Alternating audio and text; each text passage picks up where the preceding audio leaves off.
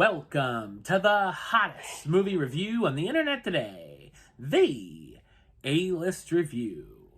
I am your host, the Game Changer, Wes Troop, and it's time to go back to the theater. And this is a film that has been getting not so very glowing reviews from everybody, but there are a few out there that like it. It's based on a very popular video game. Maybe I'll be one of the few that like it. We're going to find out. My review of the 2021 action horror film, Resident Evil, Welcome to Raccoon City. Coming up now.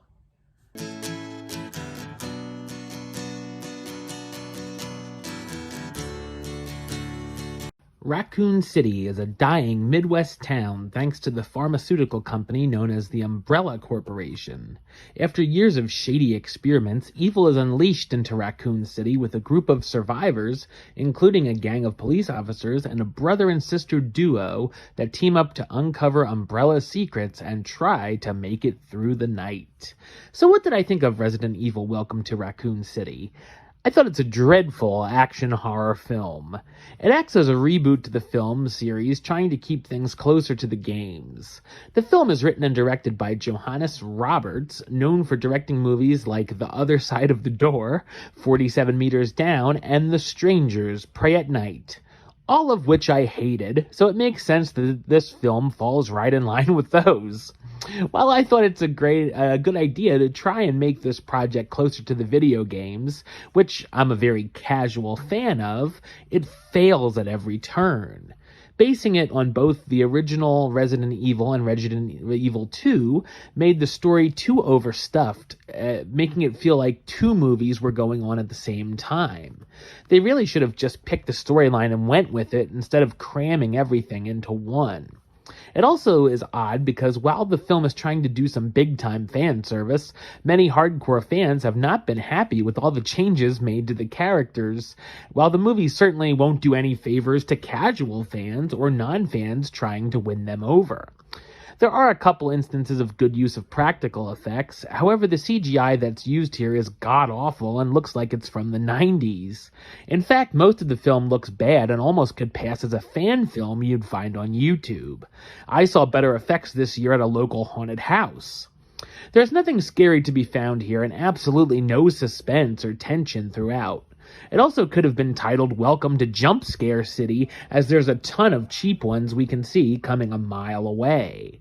There's a bunch of horror movie cliches thrown in, especially the characters making very stupid decisions. The story is set in 1998 and sure does beat us over the head with it, discussing things like Planet Hollywood, Blockbuster Video, chat rooms, the song Crush by Jennifer Page, and a lot of other remember that?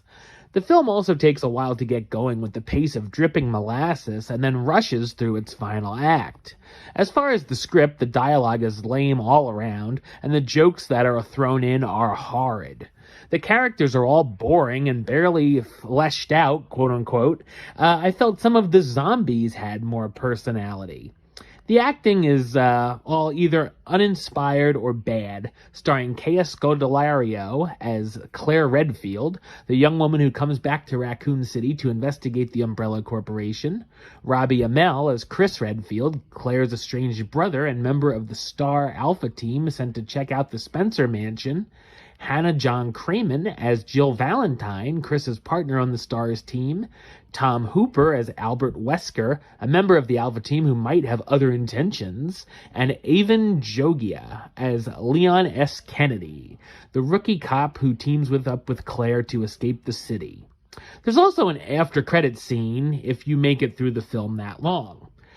Resident Evil Welcome to Raccoon City is a dull and instantly forgettable adaptation that made me do what I thought was impossible. Miss the later Milla Jovovich films. Number-wise, I'm going to give it a 3 out of 10, which gives it the A-list rating of Resident Evil. I got 2 words for ya.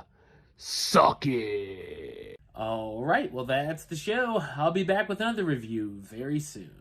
But until then, don't forget to subscribe right here on YouTube. YouTube.com/WestsideOf515 Like the show on Facebook, facebook.com/WestTroupeAlist. And of course, you can follow me on the Twitter and the Instagram and the letterbox at Wes A List. Until next time, Troop out.